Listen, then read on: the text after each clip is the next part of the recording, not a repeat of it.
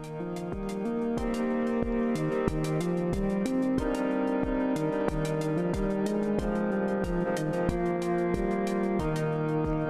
to Internally Guided Life, a podcast to help you unlock a life of balance, fulfillment, and joy. I'm Kayla Sweet, and together we're going to have fun and create change from the inside out. I'm so glad you're here. Welcome back, my friends. I have Emily here with me again today to complete our journey together. This is the fourth part of the Exploring the Heroine's Journey series, the fourth and final part. And we are just incredibly excited. And also, it feels strange that we're on the last one already. This has been such a fun and exciting journey. Welcome back, Emily. Do you have anything you want to share as we get started? I'm just been really surprised by how much I've loved this. Like I'm not surprised because I love having these conversations with you, but I'm surprised at how much I've enjoyed doing it in a podcast format. That's been like really truly delightful for me. And so and I will say that I've been in my own process for the last couple of months, and when I re-listened to the last episode with the descent to the goddess, there are just some things that you and I have said that felt like I needed to hear them in that moment. Like they penetrated me all the way to my soul. And I was so grateful that we decided to do this because it's been medicine for me to go back and to listen. And I have a feeling that today's episode is going to feel like that too, especially with the topics that we're exploring today. So I'm just really excited to be a part of this with you and really grateful for it and delighted with how fun it's been. I'm so incredibly grateful that you agreed to do this with me. And we've been talking about, just recording our conversations for a while I now, but know, we yeah. we finally made it happen and we get to share this. But I agree with the gift to us and the medicine to us as well. Like as much as we're offering something, we're receiving something. And I've felt that in the preparation stages while we're together, present, like having these conversations in real time. And then when I'm going through and editing and re-listening, it's like, oh wow, I actually really needed to hear that. Or there was an Yeah. insight that arose there that like I hadn't even touched before. Yeah. Uh, Yeah. yeah, it's been incredibly healing. So grateful for you. So grateful to be on episode 4 and exploring what I don't want to say final stages because it's a circle. So it's the ending and the beginning. Mm, But the mhm. stages we're going to be looking at today are healing the wounded masculine slash finding the man with heart, really, healing that masculine part of ourselves. We're going to be looking at integrating the masculine and the feminine, moving beyond duality and polarization. And then we're going to be really just wrapping up and talking about the way that the heroine returns to the world and brings this wisdom and continues her journey. And then, it kind of goes on and on forever. So it's an interesting place to be in. And right before the call, Emily and I were talking and I was sharing, I don't feel like I'm fully in any of the Mhm. stages that we're going to cover today right now in my personal journey. I have touch points with them. I have certain things that I really resonate with and relate with. And also I recognize I am more deeply working through some of the other stages we've already talked about on my own journey. So just want to be like transparent Yeah. in Mhm. where I'm at. And so, our interpretations are going to be, really colored by our experiences and where we're at right now. So just something to keep in mind as you listen today. Yeah, indeed. I'm feeling that way myself too. Like my context is definitely more in an underworld journey and in another round of the descent. And while I've touched on some of these parts that we're talking about today, there's still a lot of growth here for me, especially when it comes to healing the wounded masculine. That's something that's really been coming forward for me over the last couple of years and finding that inner man with heart and and healing the inner tyrant and finding, we're going to get into all of this, but that's the stuff that's really edgy for me right now and the medicine that I need. And so, yeah, I'm sharing what I know with what I've experienced. And I'm sure that, once I've made it through some of these stages again, that there's going to be more to uncover and more healing and integration to be had. And so I'm just grateful for the opportunity to be able to explore this and practice it with you and with my other sisters who are now on this journey with me since having listened to these episodes. So yeah, I'm looking forward to getting into it today. Yeah, this first stage that we're going to explore, healing the Mhm. wounded masculine, Yeah. I feel like this is constantly something that I'm either rubbing up against with my own life personally, and something that I'm most often supporting people with because of the Yeah. nature of the work that I'm doing. So let's just dig into this. Emily, let's just paint a picture. What does Mhm. this stage look like? The healing the wounded masculine and finding the man with heart. So this is when the heroine examines the healing of that wounded masculine within her and her relationships with male figures. And there's a quote from the book that I love. I believe it's the opening of the chapter, where she says that your inner man and your inner woman have been at war. They are both wounded, tired, and in need of care. It is time to put down the sword that divides them in two. It's important to note that when we're talking about the masculine here, we're talking about the masculine as an archetype and not a gender. And when the masculine becomes unbalanced and unrelated to life, it becomes combative and critical and destructive and cold, inhumane. And it is all about forging ahead at any cost, demanding perfection, control, domination.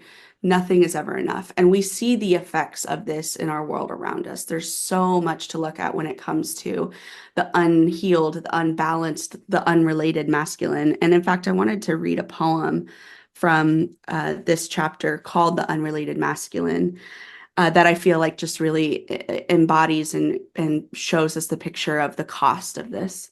So this is the unrelated masculine. A crazy unknown force rams our mother with a drunken boat.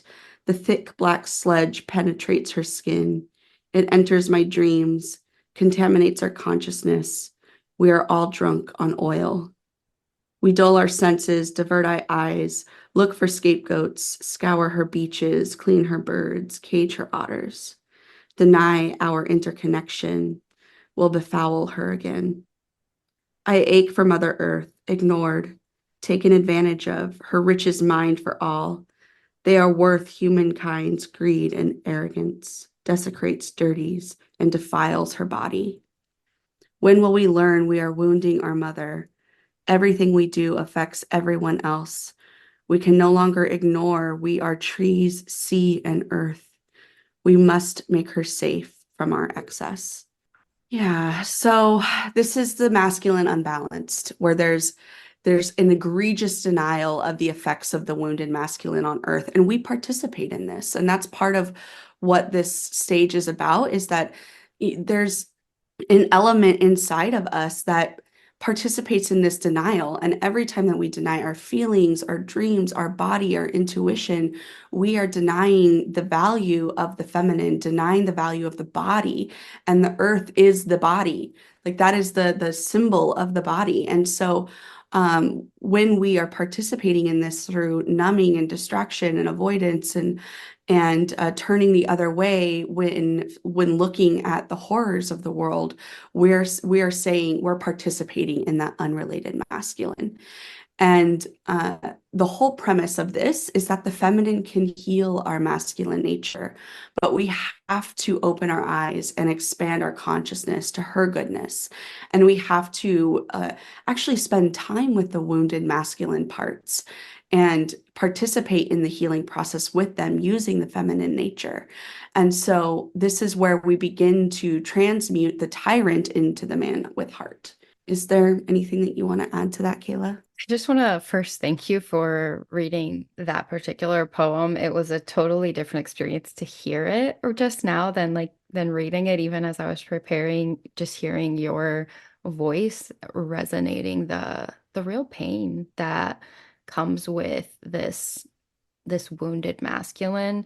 And the other thing that came up for me, just listening to you kind of talk through what this stage looks like, is there is the wounded masculine within each of us. And then there's also this very clear and observable manifestation of the wounded masculine in our society. We are Mm. in a stage as human beings, as communities, as people, where this is showing up in a really really visceral and observable way with the destruction to the earth, with some of the chaos and violence that we see being perpetuated in our Yeah. communities, in our world, right? And so we each have our own work to do individually, but we also have this communal healing that has to be done around the wounded masculine. Yeah. And I honestly, I believe that it can only be done in community. I mean, there's a lot of personal work that we have to show up to in order to be prepared and ready and to have the stamina to do that work in community. But I think that this is where that's an element of the feminine that can hold this process, is that circular relationship with the community and that the systems approach to things. When I think about the wounded masculine, there's also a poem by Mary Oliver. I can't remember the name of it, or it might not even be by Mary Oliver now that I'm thinking about it. But anyway, it basically goes that later that night, I held an atlas in my lap, ran my fingers across the whole world and whispered, "Where does it hurt?" And it Mm. answered, "Everywhere, everywhere, everywhere." Oof. And this is when we ask that question, "What ails thee?"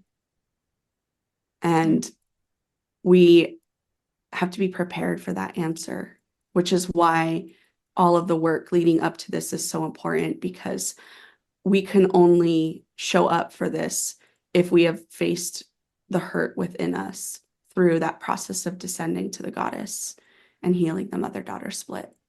This it's really making me think of some of the work we did in Earth Body Spirit too. Yes. I was thinking I was about thinking that about that too. when we were like preparing for this because that was a class that Emily and I took in our master's program, and really was about this communal contribution and coming to terms with and grieving and accepting and opening and feeling all of this pain, because it's so much easier to numb up or look the other way or pretend it's not happening.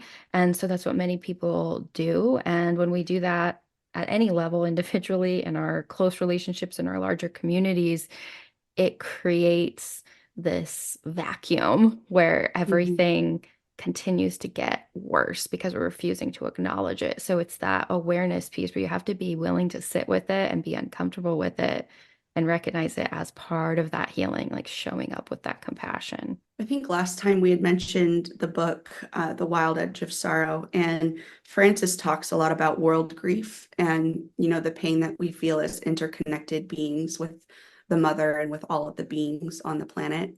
And I think this is really the place where we can offer and receive a lot of healing in the world's grief and even in ancestral grief, through doing this work with healing the unbalanced masculine. Let's just dig in a little bit to some more of the qualities. So we've kind of talked about how it's showing up in the world, what it looks like, and, the essential, I guess, descriptors of what Mhm. this stage is about. But what are the real qualities that show up? How do we really feel into the textures of this stage? What's happening here? I love that. Textures of the stage. Yeah. So as we were mentioning, like the heroine is claiming and fortifying the strengths of the feminine, things like compassion and empathy and being a big enough space and container to hold transformation. And so, she's been building up to having the skills and the presence and the wherewithal needed to be able to show up and confront. And that's a big part of it, is this is still a period of confronting the wounded masculine parts within ourselves and within our relationships with male figures. And because we have been um, torn apart and reborn by the feminine, by the dark mother, we've been able to build some of those skills. And really the task or the transmutation that happens in this stage is that she begins to develop a relationship with a positive inner masculine figure, which they've been calling the man with heart, who supports her with compassion and strength to help her heal that tired ego structure within her and reclaim her deep feminine wisdom. So it starts with confronting the wounded masculine, and then there's a process of just loving that part of you and allowing that part of you to be healed and to transform into the man with heart so that you can continue with the process of integration that comes later. Yeah, so what would you want to say about this? I think this stage is so, it's so like gritty for me because this is really the space that I spend a lot of time in, and it's so hard to move through it in a way that feels complete, right? Like, Mm-hmm. I think we get to these temporary moments where we start to make peace with the inner masculine. We start to recognize the way that the feminine can work to heal it. We do pieces of this work, but because the larger culture is still very much in the wounded masculine and that conditioning Yeah. runs so deep in our psyches, in our minds, in our communities, it's really easy to slide back out and, miss some of the medicine. So I think for Yeah. me, like when I'm talking about, healing from chronic stress and, removing ourselves from hustle culture and recovering from burnout, like all of the things I spend a lot of my time in, this stage is actually what's happening in that. Like this stage, the healing the wounded masculine is the process of recovering from stress, burnout, hustle, all of that, because the wounded masculine is what's creating those patterns. And we really have to create this inner balance between our natures, between our feminine and masculine, and not just a balance because we could be in unhealthy feminine and masculine in equal measures. Mm-hmm. That's not what we're Mm-hmm. talking about. It's really about creating an inner balance between the healthy versions of both, which is a really big ask. It's And huge, huge. When I discovered the unhealthy masculine within me, it was almost like I had the pendulum swing the entire way into the feminine. And so it was just like flow. There was only flow, there was no form. And it wasn't healthy. And there was a lot of wounded feminine involved in all of that too. And so I love that Mm, you're just like honest that we're too messy to try and find like this static point of equilibrium that then we can preserve, that it's more about being able to find the inner balance between the two and to be adaptive to how the external environment is asking us to come forward and what that harmony looks like in real time, depending on the context that we're in. And I think for me, the big work that I'm doing now is finding the healed components of the parts that have hurt. Like if we're mm, talking about chronic stress, burnout, hustle culture, like, yeah, I'm working on reclaiming rest, but I'm also working on reclaiming healthy productivity and like mhm. really loving that it feels good to be productive, to get things done, to work, all of that. And so I'm finding like what does the healthy version of that look like where there's a balance between work and stress and productivity and rest and all of that. So yeah, that's like the edge that I'm in right now is I'm reclaiming the healthy components of the masculine and not like no longer rejecting them entirely. And I think I don't know if that was the case for you, but I've seen that in a lot of my friends too, who are going through this process, who, discover the feminine and then are suddenly rejecting all things masculine and just wanting to dive fully into feminine spirituality. And I understand the draw, but I also think that it's incomplete. Absolutely. Yeah, I've definitely rode the pendulum as it swung, from side to side of like either I'm fully in my feminine or I'm fully in my masculine. Like Yeah. there is no in between. Yeah. But I think what you spoke to about reclaiming the healthy masculine is this stage, right? That is what we're talking about Yeah. here. It's so important because it's not about rejecting the masculine. It's healing that and reclaiming those healthy components. Like, what does healthy structure look like? Because without Yeah. that healthy masculine, nothing gets done. The world doesn't evolve, people don't change, goals aren't achieved. Like Yeah. we need that flow and that creative energy to be in partnership with the masculine energy that moves things to action in the world. Like we Mhm. have to have both. And it's interesting too. I loved that this chapter really talks a lot about the about balance because this is a word that I love to use, but there's been like, I don't want to say controversy around the word balance, but people are like, balance isn't real. And I think it's about how we define balance and what that means to us. Like my program that I bring people through is called Burnout to Balance. And some people are like, but is there really such thing as balance? Are we setting people up for success by giving them this false, illusion of what it's going to look like on the other side? But it's really about changing our definition of balance. Like to have an inner balance is about a partnership. It's about a shared energy that is working together towards a healthier, more holistic, more healed evolution and growth, like Mm. at an individual level and a collective level. It's not about perfect symmetry. Like nature is it balances itself, but it's never in perfect symmetry. Like there's a flow that's part of balance, right? Hmm. Man, you get two Libras together and have them talk about balance, and we're gonna pull some hairs on that, you know? Because I feel that way too. Like there's a lot of that, I was actually in a yoga class in during Libra season last year, and the yoga teacher was talking about balance, and I was like, kind of like, I was like looking at her with a little bit of a side eye. I was like, I don't think that's what balance is. And because it was being presented as like this static place of perfect symmetry that you then like work your ass off to preserve. Mm, But I believe that balance is a very fluid state. It is very much about like being in relationship with the context around you and being able to respond in a way that if that is healthy and is not supercharged in any direction. Like balance is more about this fluid space of equilibrium that and like the ability to get back into your flow when you're maybe knocked off balance. It's as much about like how often you get knocked out of center and then come back to center as it is mm. about being in center, you know? And so for me, balance is a very like adaptive, fluid, responsive state of being that is very much in relationship to the changing, shifting world around us. Yes. Yes. Balance is fluid and it's like seasonal too, right? Mm-hmm. It Mm-hmm. looks different at different times, just as it does in nature. We don't always need the same things in different stages or periods of our life, of our week, of our day.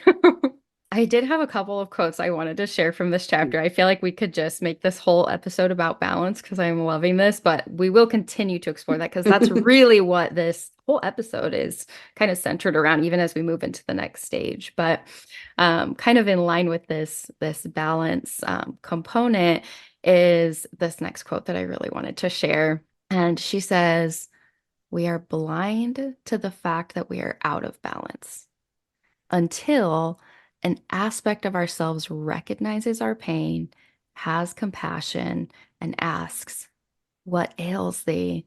We will not be healed." And this is why I loved that poem that you shared some pieces Mhm. of around, where does it hurt? Because a lot of us are moving through life blind to the imbalance, and that's part of that wounding.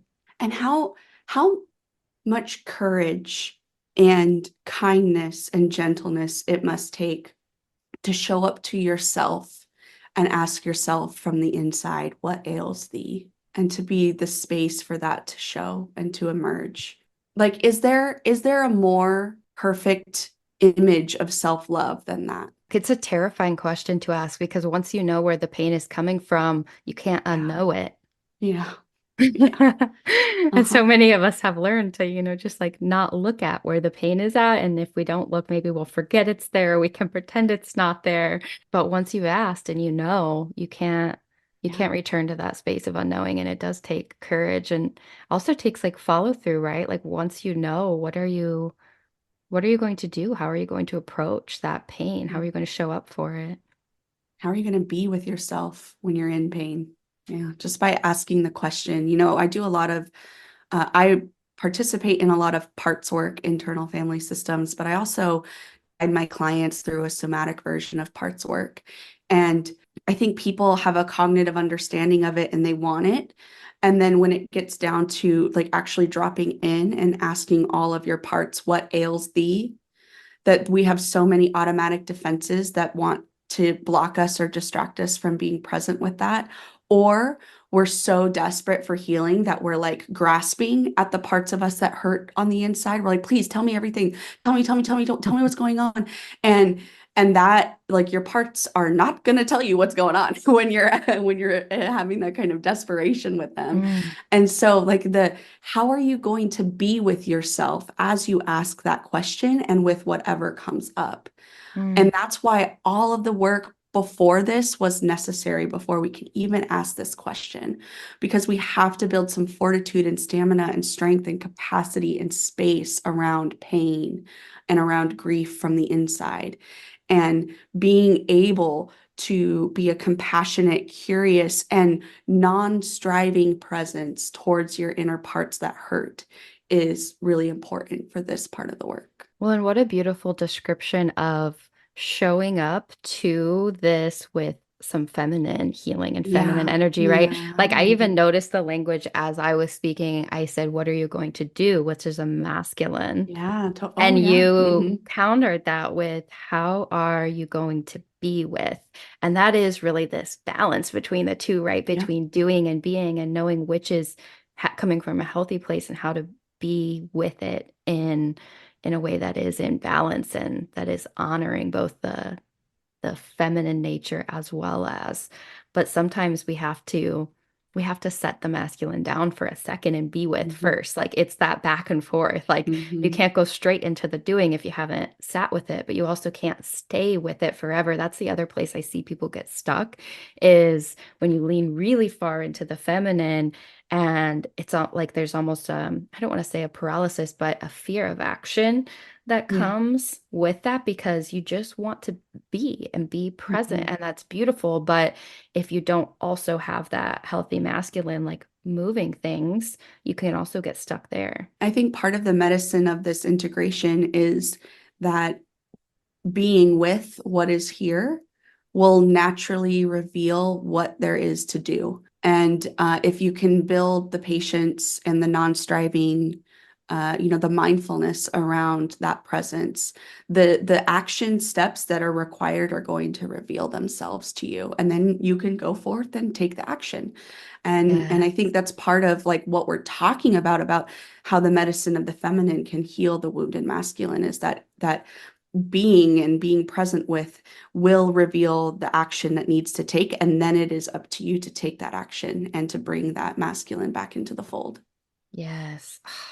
That's beautifully said. This is actually, I feel like, a perfect transition into our next piece about the challenges. And I had this other quote that I wanted to share, which I think is it highlights the issue that we're kind of tugging at here.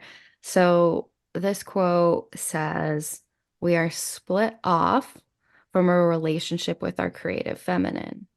Our rational mind devalues and ignores it as we refuse to listen to our intuition, feelings, and the deep knowings of our body." And this is what you are talking about bringing back into life Mhm. and allowing it to influence the mind because when we have this split, there's no communication between the two, right? And one of my like pieces of activism or, one of the messages that I'll be driving home until I die is that being disconnected from our body is the cause of so much of the suffering in the world, whether we're harming the earth or the other beings that live on this earth. If we devalue the body, we devalue aliveness and we devalue the aliveness that is inherent in all things. Mm, And so therefore we aren't honoring that thing is a living, breathing thing and deserves to continue to be so. But these things then become objects that we can then mine for our own needs or our own egoic desires. And so I think that this split between the mind and the body, and that split from the creative feminine, the intuition, the feelings, all of that is the core of much of our socio-political and environmental woundings that we're facing today. As we're thinking about this process of healing the masculine, what are some of the additional challenges that are going to show up? I feel like we've been touching on these Mhm. anyways. They just tends to naturally come into our conversation, but what are the challenges that are going to show up here? How are we going to feel it? How are we going to see it? What might happen? A big part of it is the cultural conditioning. I mean, our consciousness, our subconscious, the collective has been conditioned around the superiority of the wounded masculine for millennia. And so we're coming up against some really major programming. And just expect that that is still exists inside of you, even though you might be coming awake to it and aware of it and within yourself, that that programming still exists. And just expect that you're going to come up against that. Mm, And those societal expectations of masculinity, or what the masculine is, it's going to perpetuate harmful behaviors. You're going to catch yourself in that. You're going to catch yourself in beliefs that hinder your ability to heal and integrate the masculine. And just know that when that comes, that that's a part of the process. And keep going. Yeah. Another one is being resistant to vulnerability and having and struggling with expressing that or seeking help. And especially if it goes against cultural norms that, value strength and self-sufficiency. I know that this is a huge edge for me. I remember having a conversation with one of my friends about vulnerability. And I had always thought that I was a very vulnerable person. But with her in this conversation, I came to realize that I will talk to you about vulnerable topics and I will reveal much of myself to you, but only after I have spent a lot of time doing my work around it. And mm, it is now presentable with a pretty bow and a nice little life lesson attached to it. But like the true vulnerability of calling my friends while I'm in the middle of crying on the mm. floor in my office is a very different kind of vulnerability that I'm still like figuring out how to do that. And, being with my personal life experience, like being the independent, over functioning older child, with an insecure attachment, like I've come to just rely on myself for my emotional support. And I'm really having to retrain myself to reach out to my people and to remember that when people care about my suffering and they want to be there with me while I'm in it, and it's okay to be vulnerable in that. And I don't have to wait until it's all been integrated with a shiny little silver bow that I can then hand off to people. So yeah, that's a big part of it, is like true vulnerability, not just talking about vulnerable topics or Mhm. taboo topics or things that have stigma, but really revealing your whole wounded, hurting self to the people that are safe for you to do that too. Yes, I'm so glad that you like brought this up and explored this because as you were talking, I was like, "Are we the same person?" Um, it's like this is actually my life. Hmm. I think a lot of us do this though, where because of the cultural conditioning and because of our, especially like you said, being an elder child, like I think oldest daughters in particular tend to have some of this going on where you have quieted the part of you that has permission to ask for help or need help. And there's like this hyper independence. And I've definitely felt that. And it honestly is isolating. Like there was so long in my life that I was struggling so much and nobody around me knew. And Yeah. you feel so alone. You feel so isolated because even the people that love you don't know you. And so if you don't Hmm. allow people to see you when you're going through that struggle, when you're in the midst of it, you never really feel known. You question the love even that they have because you think in the back of your mind, like, well, if you really knew what a mess I was, Yeah. Yeah. um, Hmm. because yeah, to be known is to be seen even when we're at our most vulnerable and we're going through the mess. And it's funny, I started a practice kind of unintentionally that relates to this, but I realized that I had this issue of not allowing people to see me when I was struggling or allowing to see me when I was in pain. They had this really, skewed perception of me because I had only allowed them to see the pieces that were curated and looked Mm. perfect. So I started to, when people ask me how I'm doing, leading with what's hard and sharing that first. Because Hmm. usually I would start with all the things that are going great and then maybe not even get to the other stuff, or if I did, kind of gloss over it. And it's been a real practice in vulnerability. Oh man, I know. Talk about cultural conditioning, right? Because we're automatic in our responses to how are you doing? And Mhm. for me to like just be like, I'm suboptimal today, and it's been hard. Like that's a very different kind of check-in, very different kind of vulnerability, and we're coming up against the cultural conditioning around what's like socially acceptable to talk about in our conversations with the people in our lives. Yeah, it goes against those social scripts. And so it Yeah. kind of it I think it can be a little disorienting sometimes when you're actually honest in these conversations, but I've found that more often than not, it gives the other person permission to also Hmm. be honest. And it's like Totally. suddenly we're having a real conversation, right? Hmm. Yeah. What other Um, challenges are present for us here during this stage? The last one that I wanted to touch on, which I don't know if I came to the words for it quite right. Like it's kind of a little sticky as to how I've felt this particular challenge, but there's there's a lack of awareness around why we are in pain. So I think we feel the consequences of the wounded masculine before we realize that's what it is. And it's really hard to identify it in our society because this isn't something we're taught how to do. So we might feel deep sadness, we might feel loneliness, we might feel isolation, we might feel exhaustion because we've been running for so long and we've been, internally dictating ourselves and, trying to squeeze every ounce of productivity from ourselves until there's nothing left. Like we feel the consequences of that, but we don't know where it's coming from. We don't understand that the root of that is an imbalance within these energies within our inner nature. And I think bridging that gap into awareness is the hard one. So with that, these are the challenges, but as every stage has there's the task, there's the quest, the mission. What's the developmental task of this stage, Emily?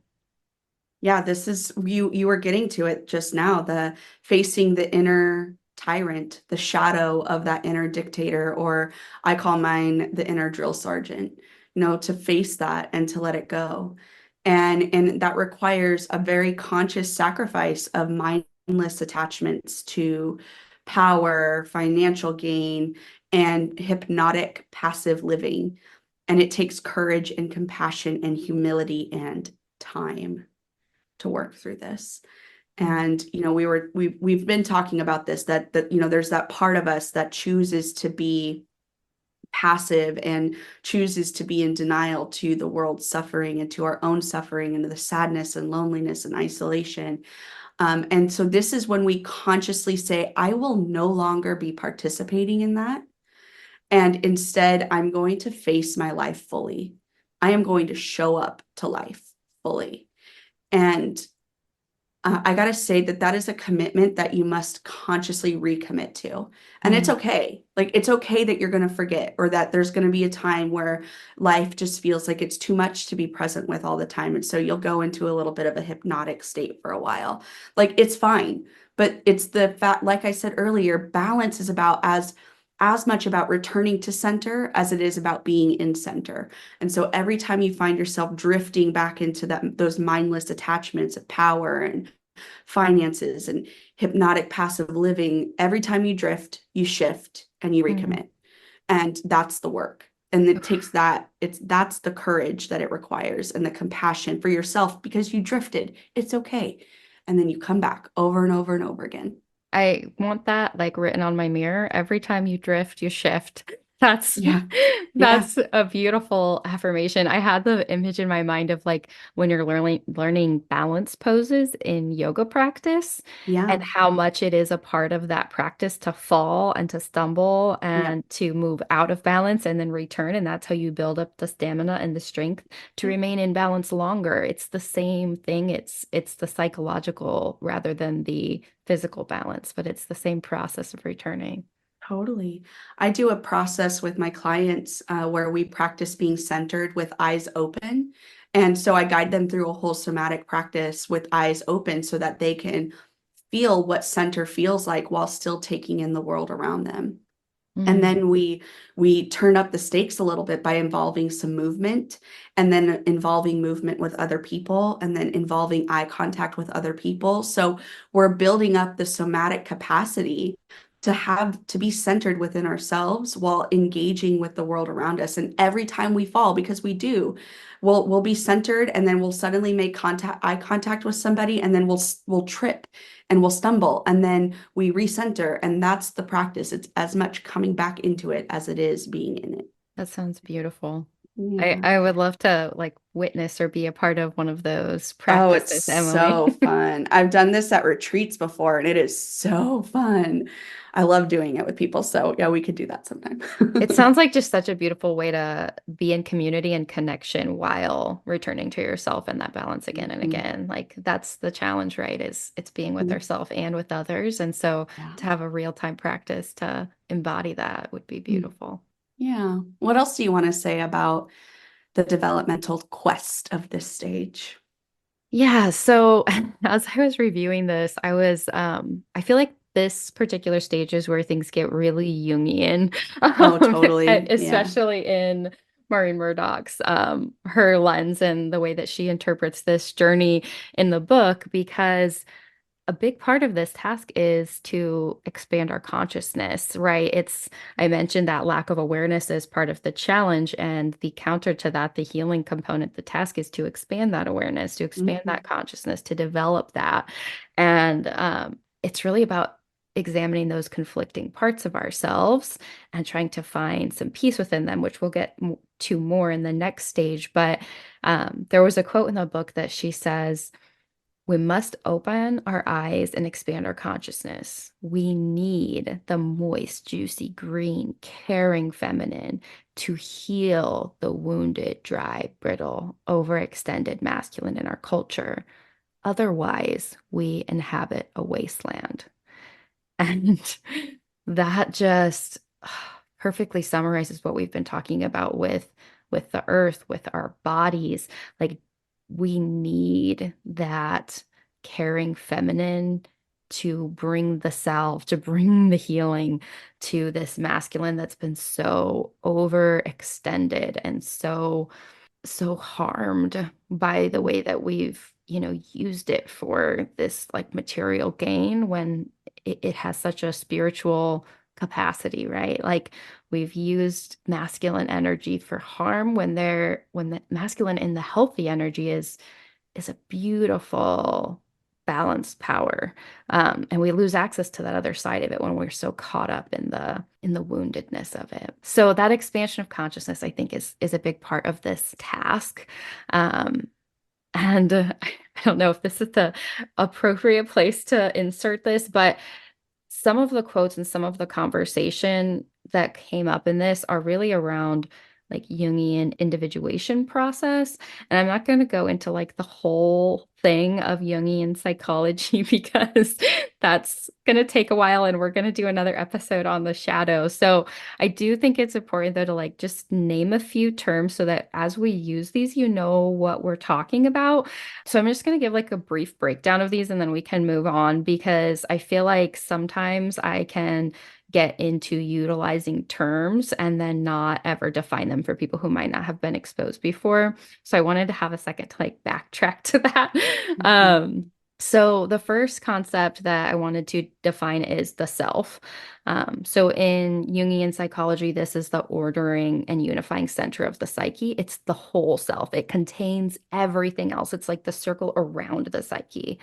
Then we have our ego, which in a lot of Western like spiritual conversation, we've made the ego into a really bad thing. Yeah. The the ego is actually not bad. Like No, we need it. there's healthy and unhealthy manifestations of ego, right? What ego really is in the way it was spoken of by by Jung is that it's the aware part of the psyche. It's the part that's conscious, and it's the part that recognizes that it is a separate being in the world and that there's an autonomy and that it has to relate to the world outside of its individual experience. So there'd be no individual selves without an ego, and we Yeah. really need a healthy ego to do this work that we're talking Yes. about. Like I you might have to. argue that much of this work is about maturing and making and helping the ego find its place of health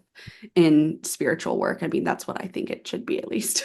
Absolutely. Yeah. And I feel like people get sometimes even a little triggered around ego because we Yeah. imagine this, like we've created this image of what this is, and we think of like egotism and Yeah. egocentric, and that's there's another way to relate to this concept. And so I just wanted to put that into this conversation. We've already been talking a lot about the shadow, but just to reiterate what that is, it's that part of our psyche that we've refused to acknowledge about ourselves. It's everything that we've denied, repressed. It lives in the unconscious. It's everything that's below that level of awareness. And then that actual individuation process. This is like a lot of terms. So I'm sorry to like spit these at you all, but I just feel like it's important to have some container for some of this language. But this process is that maturation process Emily spoke of. It's the process of moving towards consciousness and healing and unity. It's the process where we become whole, where we become both individual separate beings and part of a whole. It's a really inclusive approach to finding ourselves and going through this healing journey. And it really heals like some of the fragmentation and alienation that we see. It's like moving beyond some of that dualism, which we're gonna talk about in the next chapter. But yeah, I just wanted to kind of break that down. Emily, is there anything else you would want to add as far as just like discussing some of that language as it might apply to some of the things we're going to be talking about? No, I think you covered it great. And I love just level setting on what we mean by some of these terms. And I know you and I have been deep in Jungian psychology for a long time. And so, yeah, I too can sometimes just say things and expect that people know what they mean. But I've also encountered a lot of conversations around ego. And for a period of time I was working in the psychedelic assisted therapy space, and there was a lot of people who were like craving an ego death, or like they were talking about their ego as if it was some part of them that they wanted to amputate in order to Mm, discover their authentic self. And so there is a lot of misconception around what ego is. And actually I believe ego can be profoundly faithful servant to spirit and to soul. And ego is the part of you that pressed play on this podcast because it knows that it needs something in this. Like mm. that's within its conscious awareness and within its personality structure to say this is something that I would be into. And so I have so much respect and love for ego, and it is the thing that allows me to be a human living this life. And I just want to like give like if I could be a PR person for ego and give it like a rebrand, I would. Yes, I love that. Like ego as a servant for the soul, for the Yeah. self, for this process, because we can't do it if we're completely undefined, if we haven't created some kind of foundation in within our conscious awareness. We can't process things until it moves to the level of ego. When it remains in the unconscious, it just kind of stirs stuff up. We don't get to Mhm. really work with it and explore it. So And so I think this feels like a really great place to segue into some of the tools and practices since we're talking about some of these terms. Is there anything else that you wanted to say about the challenge or the developmental task before we get into that? well, there was actually something that you had written in our notes that I want to make sure we Oh don't yeah. go over, but you had talked about exploring your relationship with male authority figures and Oh yeah. internalized beliefs and It- traumas. Is there anything you want to share just real quick before we move on that? Well, this that's part of the shadow work is realizing your relationship with masculinity, with authority, with power, with all of these things that are unbalanced, with finances, all these parts that are unbalanced in our society, really exploring, examining your relationship with them, identifying and addressing any internalized beliefs or traumas that you have related to masculinity. So for me, like that was like anger. I really had to figure out my relationship with anger, and I'm still figuring that out. And there are still only a couple places where I feel totally safe to embody my anger in that way because of my experience with masculinity and anger. So, exploring that, confronting that, addressing that, cultivating boundaries, communication skills. This is when you really start to notice yourself rubbing up against some of the like cultural programming that men have. And we're going to get into that when we talk about tools and practices here in a moment. But essentially, the task that we're in right now is not one of conquest, but in acceptance, accepting those nameless, unloved parts of ourselves that have become tyrannical because they've been left unchecked. Mm. And that's yeah. There was a quote from the book that I think really, and I was thinking of this also as you were talking about the expansion of consciousness and how we need the moist, juicy, green, caring feminine. It is the job of the heroine to enlighten the world by loving it, starting with herself. If I could sum up the task of this, and maybe even the entire heroine's journey, it might be that. Yes. Yeah. Yeah. So then moving into tools and practices, one of the things that is really interesting in this is to participate in men's work. If you have the opportunity to participate in co-ed groups or workshops, retreats focused on healing and empowering the masculine, that's a great place for us to explore masculinity, vulnerability, emotional expression in a container that's designed to explore the wounded masculine from that perspective. And there are so many men's work is getting like a renaissance moment right now. And so Mm. there's a lot of places where you can consume content or materials or books or participate in workshops that are co-ed and led by people who have done their work as well. There are a couple that I could recommend. These I don't necessarily know if they're not always co-ed, so you'd have to look for something that is co-ed. But the Mankind Project is a really kind of famous kind of famous what's the word I'm looking for? Like men's group or process that's actually really influenced by the work of Robert Bly and Michael Meade. There's a very like mythological component to the Mankind Project that I think looks is amazing. And I've consumed some of the material from their stuff that's really fascinating. There's a book called The Circle of Men that is part of the Mankind Project, and it actually like brings you through a curriculum for men's work that is really interesting to review as a person who I don't identify as a male, but it's really interesting for me to go through that and to think about my own experience with masculinity through these prompts. Mm. There's, Sacred Sons. That's another really kind of famous group that's getting a rise right now. And then reading those kinds of the myths that are focused on men's work. Like there's one by Michael Meade called Men and the Water of Life. There's the Green Man myth, what that Robert Bly talks about, who's a Jungian psychologist. So basically, the summary of that is to explore men's work, explore men's work curriculums and myths and teachers that have been participating in doing this work for a long time. Mm. And if you get the opportunity to participate in a co-ed group like that, that would be really amazing. Mm. Yeah, well, and it makes me think even too, like most of the people listening to my podcast do identify as women, but if you happen to be listening and you are a male, or if you are a woman that is in partnership with men at work, in friendship, in family relationships, in romantic partnerships, like this healing the wounded masculine is work we all have to do. So, Yeah. yeah. Mhm. Yeah, and I'm fortunate that my partner is into men's work, and so a lot of the stuff that I know about it, I've been exposed to through him. And it's been really amazing to hear him unpack some of the things that he's working through in that regard, and reflecting on how that is expressed and internalized in me as well. Mm.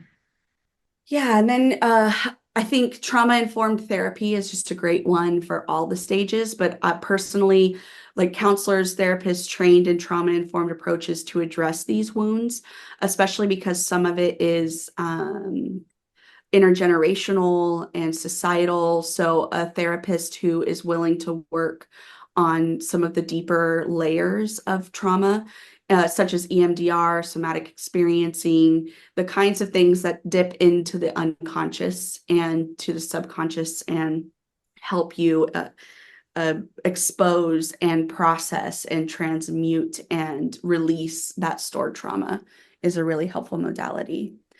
And then one that it wasn't necessarily mentioned in the book, but it was inspired by the book. And I had a friend who did this kind of ceremony that was really meaningful for her too.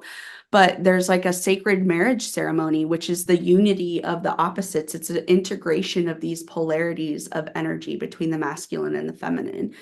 It's also representing the marriage of the ego and the self. And so this is when we make the conscious choice that ego is going to be a servant to my individuation and to like me embodying my soul purpose. And the heroine comes to understand that the dynamics of her feminine and her masculine nature and accepts them together and makes the commitment to herself to be a whole individuated person, unifying these opposites. And that's a really beautiful ceremony that you can self-design and participate in on your own. Anything else that you want to add? Not necessarily an addition because I feel like it's just become the theme that's been underlying in several of our episodes on this process, but shadow work, shadow work, shadow work. Yeah. When you are engaging with this healing the wounded masculine, like so much of this is hidden in the unconscious. And so it really is the task and the tool all in one to really shine a light on the shadowy parts of your masculine energy in service of growth, in service of moving towards unity, in service of finding a healthy manifestation of both our masculinity and our femininity. And yeah, this is something you can look forward to. I don't know when we're going to record it yet, but we've decided this is our next episode. So if you're Hmm. wanting to hear us work through kind of how this can serve you in a little more detail, that will be coming. But I can't emphasize enough how important it is to engage with that unconscious material, that shadow stuff, especially in this stage.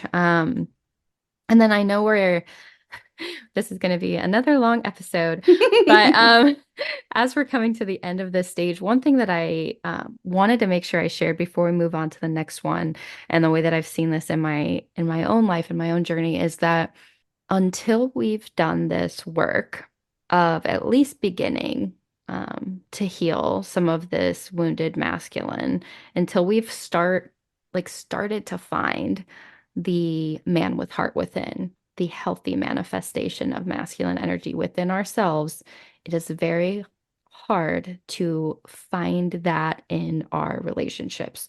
So especially people who are in a heterosexual romantic relationship, it's hard to find a balanced partner who's in a healed place in their masculine energy if you haven't also done this work. So, I mean, in my personal life, I was very wounded in my masculine for a very long time and attracting people into my life in romantic ways and in other ways, work situations, friendships who are also wounded in that same way because that's what we do. We attract what is like to us. And so even if it's in our unconsciousness, it's still going to pull that into your life and you're going to see that around you. And once you start to do this work, it invites in people who have also done this work and are Hmm. in a more balanced place. So you'll see shifts in your relationships and the people around you and the people that are drawn to you once you start to do this. Hmm. As within, so without, and all that. Yes. Yeah. Yes. Well, is there any final thoughts you want to share before we dig into this integration? I feel like we've already kind of started this conversation, Yeah. but Let's do it. okay, so the next stage is integrating the masculine and the feminine. So we are going to be moving beyond the duality. We're going to stop seeing these as opposites and really as partners. And I would love to hear, I guess, some of your initial thoughts around what this stage really looks like. Mhm. So this is focusing on that integration of both the masculine and the feminine qualities within the heroine, leading to wholeness and self-realization or individuation, to put it in Jungian terms. And Matthew Fox, who I love, by the way, I first discovered Matthew Fox in the documentary called The Burning Times, which is all about the witch hunts. And I just feel that he is such a powerful advocate for the feminine, and I love listening to his work. But Matthew Fox says that the sin behind all sin is dualism, separation from self, separation from the divine, separation of me from you, separation of good from evil, separation of the sacred from nature. And that this sin of dualism mars our psyche, contaminating our attitudes about mind, body, and soul, women, men, children, animals, nature, spirituality, as well as about political structures. And essentially, what he's saying is that duality is illusion, and it plays into the hand of the empire builder, the slave master, the patriarchal society in general. It divides us and thereby conquers, pitting our thoughts against our feelings, our body against our spirit, our political vocation against our personal needs, Mm. and people against the earth, animals, and nature. And that this becoming aware of this illusion of duality is I just actually gave a talk on non-dual wisdom not too long ago, and I'm not a non-dual teacher. I'm absolutely a student, but what I can say is that this experience of integration and non-dual wisdom, so non-dual meaning non-duality, it's no longer separated, is an experience that you have through spiritual practice. It is not like it's a philosophy that you can try to understand with your brain, and many of us have, but it is absolutely an experience that you have of interconnectedness, unity consciousness, oneness, nirvana. This is the stuff that the mystics and the wisdom traditions have been talking about for millennia. And it is something that you experience through spiritual practice. Mm. What would you want to say about this?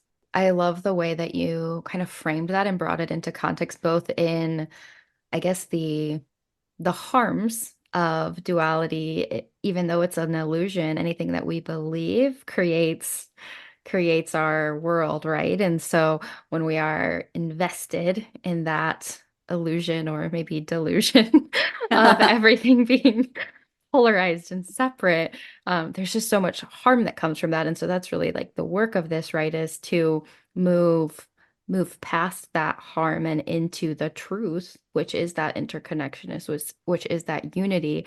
And also you explained it in a really grounded way, in that we get moments of this, Yeah. and we live in a world that doesn't allow us to stay in this constantly. And this is something that when I first touched into my own spiritual practice, there was a lot around, like, I don't know, becoming this, Yeah. as if it would be a thing that you would reach and you would be enlightened, and you would forever be walking through the earth in a state of of Yeah. knowing connectedness and bliss.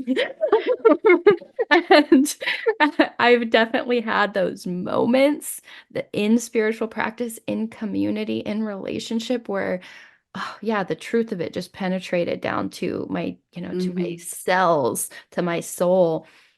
And like, I don't get to walk around all day. Like, it's a practice to come back to those feelings of unity, and to move beyond duality, because it's very much a human thing that we've done as we've created societies and cultures to divide and label.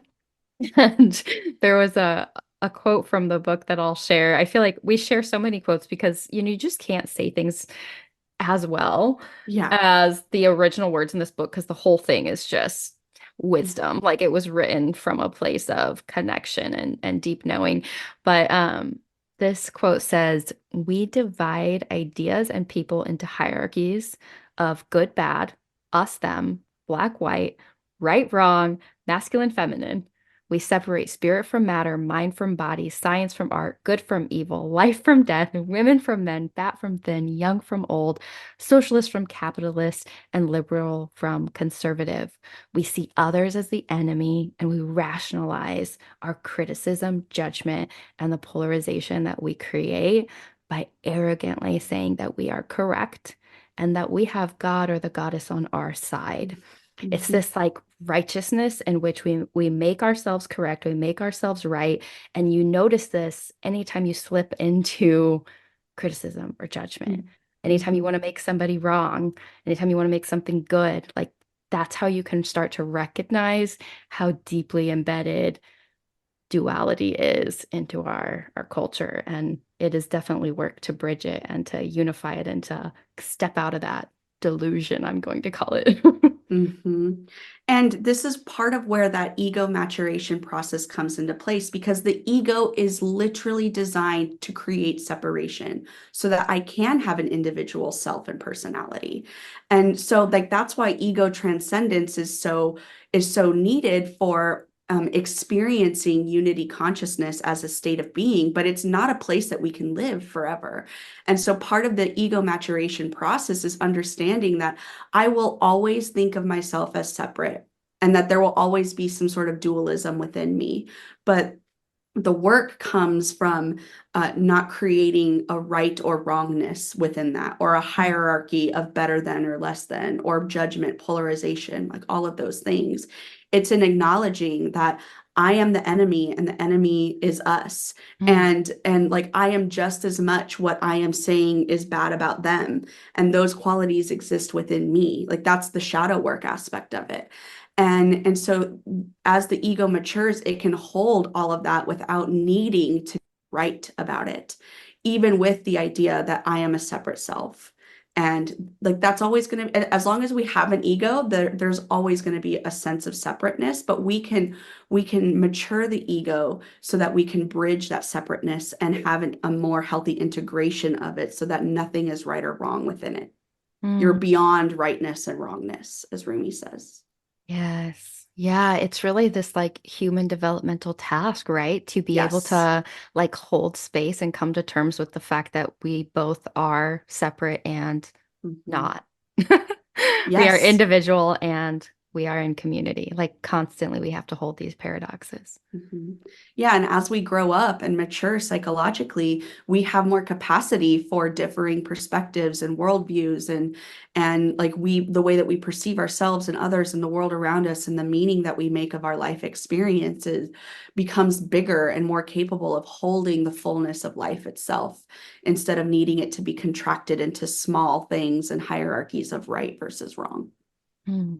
I'm just imagining this beautiful this beautiful world we would live in if everyone could even just touch a piece of this. Like Gosh. just a sliver like of we don't have to make each other right or wrong. We can stop trying to convince each Yeah, other. Like we can stop judging each other and just try to be with and know each other. And if we only did that, there would be so much yeah, healing in the world. there absolutely would. Yeah. And that's part of the essential qualities of this stage is that the heroine's integrating both masculine and feminine within her qualities, but qualities within herself, but it's bigger than just integrating the polarity of masculine and feminine. As you grow up and you mature psychologically, you're able to integrate many polarities and many things that you might have been pulled in one direction or another. You're able to exist or to witness and exist within the wholeness of life itself, beyond polarities, beyond duality. You're able to be with more of life. And that is where the balance and the harmony and the synthesis happens, is in your capacity to be adaptive to what's coming up. There's there's just so much. So much depth and beauty in this process of Yeah. integration, right? Like this marriage, this feminine and masculine marriage and balance, and the way it does mirror our human development, our ego development, and our Mm. ability to hold opposites and to be with people and to break down these power barriers. I know you um, had some notes around that piece of it, moving to I thou and come Hmm. overcoming these power hierarchies. Would you want to speak a little bit to your Yeah. thoughts on that? So this is from the book I and Thou. So the I it attitude treats the other thing as a thing separate from the self, to be measured, organized, and controlled. The I it attitude does not recognize the other as sacred. The I thou attitude addresses the other as one and the same as itself. So I thou is an attitude of interbeing, to interbe with something or to be one with something. We have to understand it and enter it. We cannot stand outside of it and observe it. So this is a process of healthy merging and integration. I am you, you are me, we are both sacred, I, thou. That's what this is about. And this is about moving from um, empires and hierarchies to communities and circles. And the movement within a circle takes place easily and is not at the expense of others. There is an inherent equality that exists when people are in a circle. They share an equal perspective. They look each other in the eye. Accountability happens. Circles are naturally inclusive and exemplify a power with model rather than a dominating power over model, such as what is present in that I, it attitude, where you're dominating and powering over the thing that is meant to be controlled and measured and observed. But when you are merged with the sacred and you recognize that you are me, I am you, and we are both sacred, then there is a natural inclination and desire to support the power rising from within all of us, as in like all boats rise with the tides kind of thing. What would you want to add to that? I just loved the visualization of the circle as part of the part of the medicine of this, as we're Yeah. trying to move to that place of interbeing and healthy relationship between the masculine and the feminine, between us and people in our community, in our life, this circle being a structure that we can turn to that isn't going to be covered in, that hierarchical power over model, and it really allows us to break down those barriers of exclusion and move beyond that into these equal relationships. And it's interesting because I think like with all of this, like we have to have it within ourselves in some degree, and then also we need to be seeing it in relationship with others and with community, like that community healing. Because this isn't just the work of healing ourselves, it's the work of healing the world.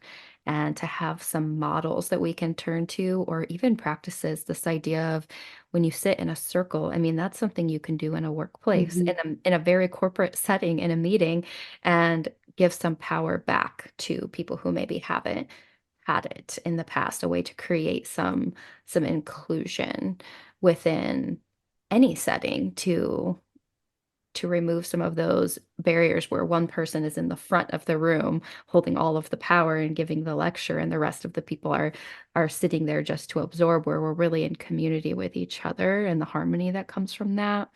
um yeah, so I was just really called to all of that. And there was a quote, I'm not going to share the whole thing because it's another long one, but um just the this is on page 188 if anyone's following along in the book, but she says, because everyone is interrelated and derives meaning only through the relationship of the circle, each person's vision is transformed as the circle takes form. Magic occurs in circles. A circle is a hug. of giving and receiving. And it teaches us about unconditional love. Mhm. I'm a Yeah, sucker for love. So I'm I just like, know. yes, a circle is a hug of giving and receiving. Hmm. I love Hmm. that. Yeah, it truly is. There's you can think of the image of a circle like a wheel, and each of the people sitting in the circle is connected to a spoke that goes to the center. And in the center is like it's the purpose, the reason we're all here. And everyone is facing towards the center, towards the purpose, the reason why we're all here. And we're all equally uh, important to the discussion of and the transmutation of and the vision of that thing, that reason that we are here. And Mm, so it's such a great place for if we were to put this into corporate settings, this is a great place for us to have strategic discussions about what's important, what are we here for, what are we really doing, what matters, and really giving everybody the opportunity to be an equal leader in voicing their vision for the thing, the spoke or thing at the center that we're all attached to. And there's so much alchemy that happens within a circle. And there's a reason why people have been gathering in circles for millennia, because they are magic within themselves. mm. Yes. Yeah. I think about every time I've sat in any circle, it's a different experience. Like you are opened to the people around you, and I think a permission for vulnerability there that Mm, it just doesn't exist in other types of gathering structures as in the same way as it does in a circle. And yeah, yeah. I think we can be intentional to integrate this wherever we can, whenever we want that that transformation to happen. I love the way you spoke of like, what's in the center that we're all looking at rather than looking to somebody with power over.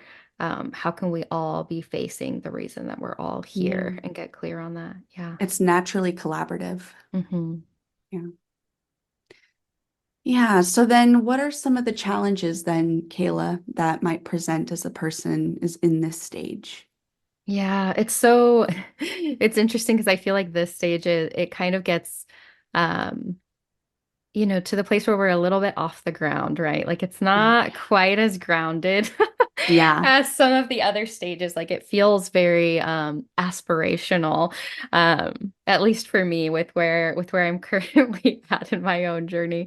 Um, but there are some very real challenges, I think, when we're trying to connect with this and we're trying to bring it into the world and trying to balance this. So um obviously there's going to be some inner conflict that happens when we're trying to balance our masculine and feminine energies. There's going to be some tension around that. There's going to be some confusion. We're going to have conflicting desires and motivations and impulses. And as you mentioned before, with this like pendulum swing from the feminine to the masculine, I think that's part of what we're trying to find some flow. We're trying to find some balance. And when we're recognizing real woundedness in one side or the other, it can be really hard to try to find the healthy center of both. So it's Mhm. really a process that we have to keep showing up to because that conditioning is so strong, and we are going to have those moments of unity and those moments where everything feels like it makes sense and we're connected. And then we're going to have moments of resistance to that. We're going to have moments where we slide back into our previous conditioning. And as I said before, like when you're noticing judgment or when you want to make somebody else wrong or your pride or the unhealthy manifestations of your ego that want to be right and want to know everything, when those things are arising, it can help us see, okay, time to return to center, right? Like, okay, we've Mhm. wavered. Mhm. We need to, We've we need, drifted. yep, we've drifted. It's time to shift. Yeah, Yes. yeah, and Yeah. recommit. Yeah. Yeah, and I want to just like double click on one thing that you said when we're blaming or judging, it's not just other focused. Like oftentimes, at least this is my experience in this stage, that I will blame myself and Mm. judge myself a lot, especially if I notice myself acting and behaving in a way aligned with the wounded masculine. I'll notice myself being like, oh my gosh, Emily, you should know better than this. You teach this to people, like that whole Oh my nah, nah, nah, nah, gosh. nah, nah, nah inside. And that's the part of me that is then my work. And my work isn't in the thing that I'm judging myself for, it's in the judgment of myself, and in the part of me that feels like it needs to be right, that I should know better, or that it needs to be right, that things should be different than what they are. And really working to accept that there's a part of me that's hurting over what's happening right now, and showing up for that. That then becomes my work, is whatever I'm aware of, the resistance that I'm aware of becomes my work. Mm. I'm so glad you brought that up because even today we were talking about that like Oh my God, I before know. before we started the call just because there is so much of this I think especially when you've done this work there's a part of you that gets harder on yourself when you're not in the work. They're Yeah. like, yeah, you should know better. Why are you doing this again? Like, here's this thing again. It's like we want to make ourselves unhuman and remove ourselves from our own work when we're engaged in helping others do this work. And it's Yeah. so unrealistic and ridiculous, but it's the way we speak to and treat and judge ourselves that really needs that care and attention as well. I'm Mhm. I'm really glad you brought that up.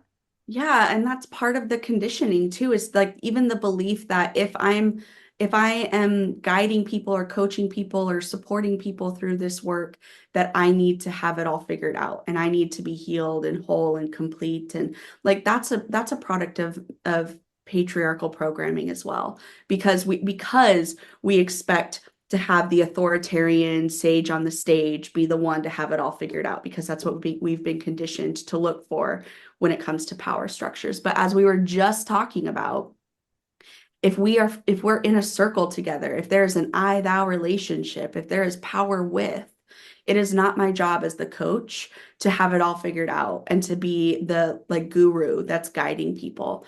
It is my job to sit in the circle with my client, with both of us looking at their work in the center, and both of us in a collaborative way exploring like what's actually here for you, and let's like look at this and examine this and play with it and love it.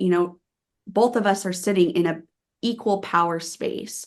And so there's this, internal reprogramming that needs to happen. And it's gonna, I can't imagine a finished state in Mm-mm. this work. I can't. There's going to be more and more holing and healing and integration, but I cannot imagine a finish line where that's not going to come up. Absolutely. Yeah, there's no finish line with any Yeah, of this, right? no, this But is, yeah. yeah, I love that you brought up like the coaching context too, because I think that's something a lot of us have to kind of grapple with as part of our own work when you decide to support others on their journey is that it is a collaborative relationship that's Yeah. not meant to have a power over dynamic. And that's one of the reasons I was drawn to coaching over other forms of healing just because it was removed from some of those structures that have historical context around a power hierarchy that I don't think Mhm. always served people. But then once you're in it and you're serving in as this mirror, as this collaborator towards someone's goals, you can start to make it make it true in your mind that you have to have stuff figured out in like a Mhm. permanent way rather Mhm. than like a way that we're constantly in process and we are in this journey alongside people. And when we're sitting across from them or in a circle with them, like, yeah, we're both looking at their goals in that moment. And that's why we still need our supports outside of that relationship. We still need our therapists and our coaches and Yeah. our teachers to help us so that then they're looking at the stuff we're still working on with us. And we have partnership in our ongoing healing so we can continue to hold that space for other people. Beautiful. Yeah. Yeah, so some of the other challenges that might present for a person in this journey is resistance, external resistance.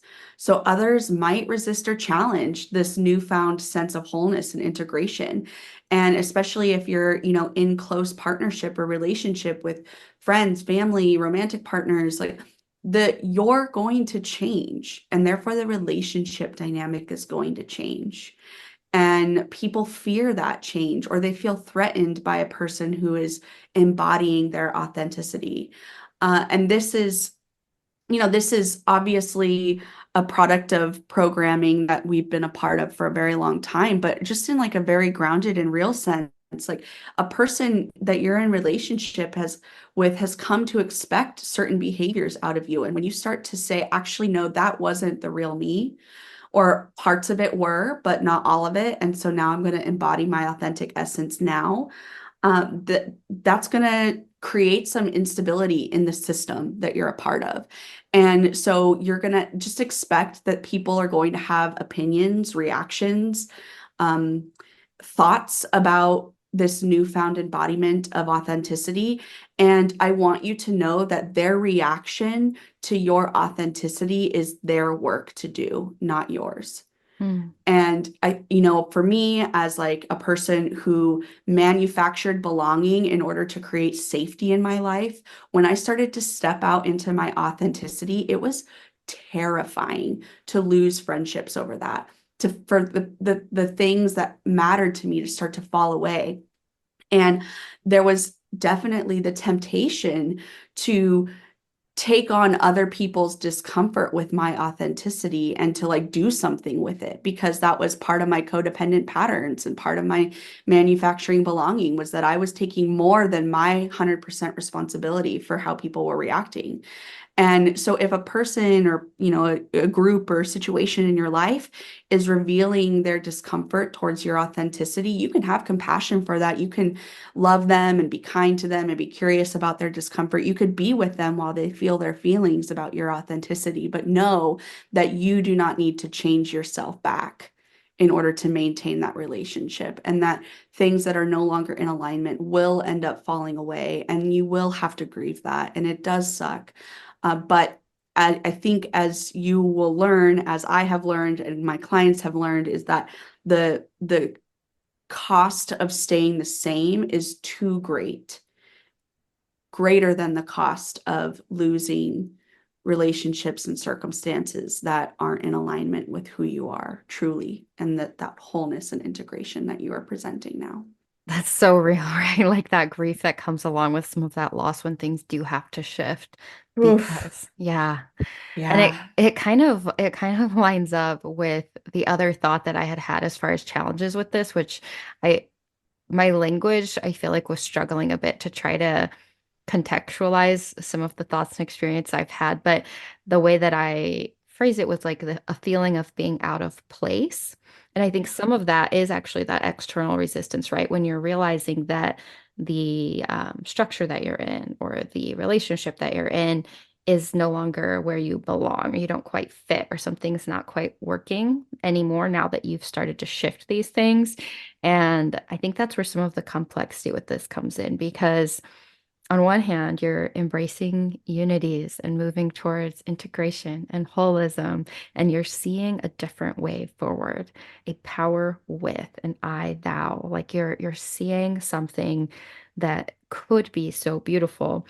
And then that's rubbing up against the way most of society and our structures actually operate, the way most of our relationships actually operate. And that can create like more of that inner conflict, more of that complexity of feeling, because it can be easy then to say, to make ourselves right within this. Like, I think with spiritual work, sometimes we can make that the right way. We can, Yeah. so if we're seeing that things aren't in alignment with our newfound wisdom and our newfound knowing, then we want to make it wrong. We want to judge it. We want to, remove ourselves from it entirely. And sometimes that is needed, a shift is needed. But other times, part of our task is to accept and see and love the structures as they are, even if we're not going to participate in that particular relationship or structure, but also to recognize that as it exists now, it is already a part of this whole system. Yeah. And part of our transmutation is to be in loving relationship with it, even if Yeah. it's not what we are wanting Yeah. anymore. Yeah. Yeah. I mean, I can't tell you how many times, like, the parts inside of me that look out into the world and are so devastated and pissed off and angry and scared and disappointed with this, with leadership in the world. And when I'm in that place, like I love all those parts of me. Like I know why I feel that way. And I could get extremely righteous when I'm in that place. And then I can do my activism and my leadership from that righteous place. And I will say that it is less effective than when I can find the place inside of me to not only love my wounded parts that are devastated at the world around me, but I can also love the leaders who are devastating me because they are a part of the whole, because they are a part of the system that I'm working in. And when I can find that part inside of me that can love them, can see myself in them, can see the inner tyrant, can see the inner colonizer, can see the inner white supremacist, when I can love those parts in me and I can love those parts in another person, I have access to a wisdom that is way more effective in my leadership and in my activism than when I'm coming from that place of devastation and needing to be right that it shouldn't be this way. Mm. And like that's a really like that's like the deep end of the pool. And I'm not saying that anybody else needs to approach their activism and their leadership from that place, but that's how I practice my shadow work and my activism and my leadership and what unification and integration and loving the whole actually means for me on like on a practical level. And it's hard. Like it's definitely hard. I have a lot of work to do around the parts of me that are so angry and mad and devastated and that want to just like demand that the grown-ups do better, you know? and um and but you know that's where my work is right now is in integrating this on a deeper level when it comes to my impact and the outcomes that I'm creating. Mm. Yeah. I love the way that you are just so able to recognize like where your work is. And even as I was writing some of my notes for this, I was thinking, I wonder how much I'm projecting right now in Oh this, yeah, like because absolutely. it's so colored by like where we are at and what work we are in. And Yeah. I don't know, 5 years from now, 10 years from now, we may be relating to these stages and these concepts in totally different ways because we will have cycled through them that many more times. And that's I just part welcome of it. that. Yes. Yes.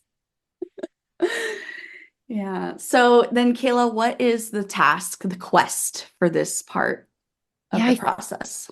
I feel like you were really just getting into it just now as you were kind of going through your process, Mm, but it's really about embracing the full spectrum of yourself, of your being, of yourself, your whole self, your Jungian self, like the mm, encompassing outer circle of everything that you are conscious and unconscious, feminine and masculine. It's to create that balance and that harmony and that mm, flow and that return in your thoughts and your emotions and your actions to be able to express yourself authentically and freely and confidently. So there is a lot of bravery required in this because part of it is that inner work of allowing the feminine being, and then there's the masculine doing. And when we're looking at them in partnership, both are co-arising and we are trying to match our inner with our outer and express ourselves in a way that feels true and real to what we are on the inside. And when you do some of this work, it can be scary because the larger culture isn't always there, and depending on your family circles and your spiritual or religious circles and your community at large, it can feel like you're speaking a foreign language or like you're going to be rejected and cast out, and all of that is truly terrifying, but that's the task. It's to embrace yourself fully and wholly anyways. mm. Yeah, and I'm being reminded of that quote that we shared earlier that the feminine heals the world by loving it fully, starting with loving herself. And that's part of this developmental task as well. That's the whole journey, Hmm. right? Like Yeah, you have to yeah, make peace within yourself and love yourself, and what does that even mean, and working out the nuances and teasing that out because there's a lot of there's a lot of sticky stuff there too, yeah. right? To what Hmm. it looks like to love ourselves truly and wholly in all of our all of our imperfections and nuances and complexities. And yeah, there's some really specific things that can be done in this stage Hmm. though, and I'm going to pass it to you for the tools and practices. Emily, what are some things that can be done, some things that people can turn to as they are trying to create this integration of feminine and masculine energies? Yeah, so if you find yourself, your mind, your ego wanting to chew on something in order to make this a little more tactile for you, I invite you to explore non-dual wisdom and spirituality. And we can link one of my blog posts to the show notes. But I'm in an active exploration of this and sharing this with the people who subscribe to my blog. But non-dual wisdom and spirituality, as I've mentioned before, is an experience that you have through meditation and contemplation and spiritual practices. And if your mind needs a philosophy to chew on so that you can start to get your arms around this, then I invite you to explore that as well. Another avenue that you can explore is nature-based spiritualities and religions. And there are some that are pretty like well established already, such as Mayan, Tibetan Buddhist, Indigenous American, creation spiritualities, goddess religions. But one of the things that was really beneficial for me when you and I were in Earth Body Spirit was researching our own ancestral lineage and Mm, finding as far back as we can the nature-based indigenous spiritual practices of our ancestors and people. There's so much healing that happens in that. And I will say that it's hard because a lot of things were oral traditions or were destroyed during the Inquisition and Roman Catholic era. But that is an opportunity for you to experience and feel ancestral grief and the separation of the loss of your indigenous culture. So that's a whole healing quest on its own. Yeah, exploring nature-based spiritualities and religions. Any sort of inner alchemy practice, such as Tantra, Taoist energy work, Jungian psychology. I know that you and I come from a Jungian lineage, and that's what we really love to help support the integration of the masculine and the feminine energies within the psyche and help cultivate that sense of harmony and balance from within. I also deeply, deeply love embodiment practices that help you embody both the masculine and the feminine qualities, such as yoga and dance and martial arts. And I have a friend who was telling us the other day that she loves wrestling and she used to do Brazilian jiu-jitsu. And she says that if dance is like the feminine yin, then jujitsu is like the yang. And it's that like the masculine, edgy, powerful, and it's a healthy masculine, especially Brazilian jiu-jitsu, because it's a non-violent, like it works with the energy that is already present within the quote unquote combat to play with it a little bit. So martial arts is a great place to explore this, and they help foster that sense of wholeness and integration on a physical level. mm, And then we were talking earlier about circles, and I want to offer the circle as a model for living, that nothing is excluded. Everything finds its place and is understood as an integral aspect of the whole. That wholeness is an archetype that you can court as just as much as the feminine or the masculine as an archetype or an energy. And that's kind of what I was alluding to earlier is, I look out into the world and there's so much for me to be devastated about, but there's also a very firm belief that this is all part of the whole and that everything in the whole serves the whole in some way, even if it's horribly painful, that there's some aspect of this wholeness out here that is serving the evolution of all of us coming forward together. And that is the circular model of living. And one of the teachers that has been really foundational for me in this process is the book is called The Circle Way, but it's also a website with all these resources that you can go look at. And we'll link that in the show notes as well. But the Circle Way is a way of being in the world, and it's a structure for deep conversation and collaboration and coming to wise outcomes together. It's a methodology, it's a growing movement, but it's a way of being. And the circle way, it gathers people into a circular shape with participants at the rim, like I was describing earlier, and the purpose of the gathering in the middle. each person has a voice, everyone can see and hear one another, and there are agreements and practices in place that help facilitate respectful conversation. I used the Circle Way to help me facilitate anti-racism book circles in a way that was very grounded in dignity and safety and belonging and mutual agreement and self-responsibility. And it really supports that a person is a leader in every chair. And it's been a very impactful way for me to view the world and to view collaboration and conversation, especially in corporate America and government, which is where I cut my teeth on this work. I Yeah. love that circle as a life philosophy, as a Yeah. practice and a way to relate with the world around us. That's beautiful. Yeah. Yeah. What would you add to this? You nailed it when it came to the tools and practices. There are so many things that can be done here. And if you even just touch on any of these, it's going to help you with this integration process. But as we wrap up this stage and really move into our final thoughts on this whole journey, there was just another quote that I loved from the book that I feel like will help us transition and really fully understand the task of this stage and the journey of this and why it's so important. So that quote is on page 191 and it says, as each one of us heals our own feminine and masculine nature, we change the consciousness on the planet from one of addiction to suffering, conflict, and domination to a consciousness that recognizes the need for affiliation, healing, balance, and interbeing. Women need to breathe more knowledge, more prana into the world to restore the imbalance. We are a pilgrim people. We are on a journey together to learn how to honor and preserve the dignity of all life forms, seen and unseen. Therein lies our heroic power.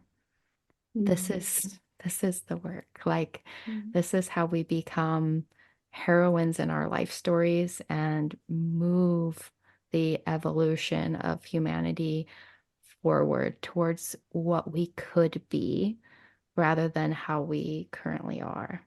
I really find myself drawn to the pilgrim people and frontiers and I hate to like overuse a Western symbol, but we really are on an evolutionary edge right now, and this is like a new pilgrim. We're a new kind of pilgrim where we're on an evolutionary edge of life. We're on a new frontier, and we have to show up for the unknown that is inviting us forward, inviting in the emergence of our deep selves so that we can serve the world in this radical way on a journey together. And that's the thing, is we're on this journey together to learn how to honor and preserve the dignity of all life. And and there's something incredibly beautiful about this. And I know that this is why this archetype exists in our consciousness so strongly through all of the movies that we watch, and you know the all of the sci-fi films about people leaving Earth to go explore space and the cosmos, because we want to be a part of that edge. We want to be on this edge, dancing the next version of this world into being, and this is where we get to do it.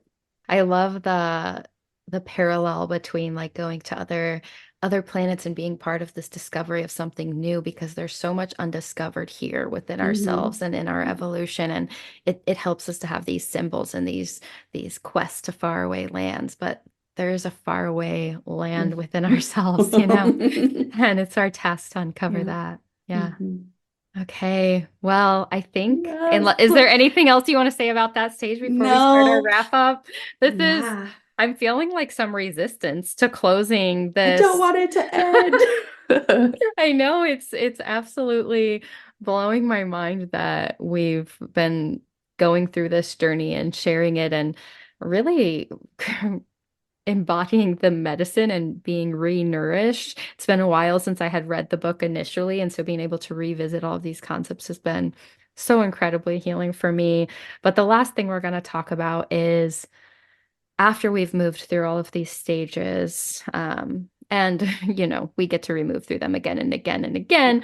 The ending But is just the beginning. yes, as we move into this end beginning, there's a return. The heroine has to bring back what she has gained. So, Emily, what would you say about once we've moved past or kind of moved beyond or are within some of this healing and some of this balance? We're starting to find that.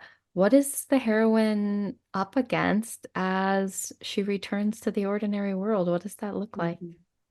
Yeah, so just like the hero's journey, the hero returns, the heroine returns, bringing back the wisdom gained from her journey to share with others. And so this is the invitation for leadership and mentorship and empowerment and service. And some of the things that the heroine can expect, some of the challenges that we might experience is now you're being called to step forward in a leadership way, in a mentorship kind of way, but you're going to acknowledge if there's any fear of visibility, if there's a part of you that resists being seen, resists sharing your wisdom and claiming your role as a leadership. That's something that I see a lot. When I tell people that I'm a leadership coach, they're like, well, I want to work with you, but I'm not a leader. And Yeah. that is something that I am on a mission to change, is people viewing themselves as leaders, because what I think of as a leader is a leader helps co-create the future with other people. It is a collaborative role of stewarding life along its evolutionary edge. And so, if there is any part of you that is wanting to serve the world authentically, to create something, to create an outcome, to do something meaningful, then you're a leader. It doesn't matter what your role is. And so helping people claim the role of leadership and acknowledge any fears that they have of being visible in that role, or any imposter syndromes or fears of judgment or fear that the rug is going to be pulled out from underneath you, like all of those things. This is when some of your biggest self-limiting beliefs are going to start to show up, when you decide that you've learned, you have a boon, there's a treasure that you have now, and you want to share it with the world. That's when all of your self-preservations and embodying patterns of defense and protection are going to reveal themselves to you. So just know that that's coming. And know that you might experience some resistance to change from yourself and from other people who are invested in maintaining the status quo, and who might challenge your efforts to inspire positive change. Or you might be the one internally who's challenged to inspire positive change in your life or in the world and the systems around you. Just, expect resistance, which I think could be a challenge for every stage of this journey. Yes, expect Yeah. resistance the whole way. Yeah. How about you, Kayla? What do you want to say about this stage? First, I just want to thank you for bringing in this imposter syndrome and resistance to call ourselves leaders in our lives. This is actually something that's very close to my heart, because the work I did that brought me into coaching was my master's thesis, which was actually called Internally Guided Leadership, which I then named my business that, and that's the mission I'm on, is to help people cultivate and recognize that. And I noticed when I first started moving material into the world and supports and services into the world, that so many people are resistant to call themselves leaders. They don't see it that way. And so I realized my definition of leadership wasn't the way people were relating to it. They were seeing it as something outside of themselves, something that they would never be. And so I've actually Mhm. stopped using that word in a lot of my marketing, and it's more of the inner work that gets done in those containers with women, because they don't always come to me feeling like a leader, but I hope they leave feeling like one. Mm. Um, Aw. and yeah, it is that resistance and that fear of visibility and fear of, I think, our own power in a lot of ways.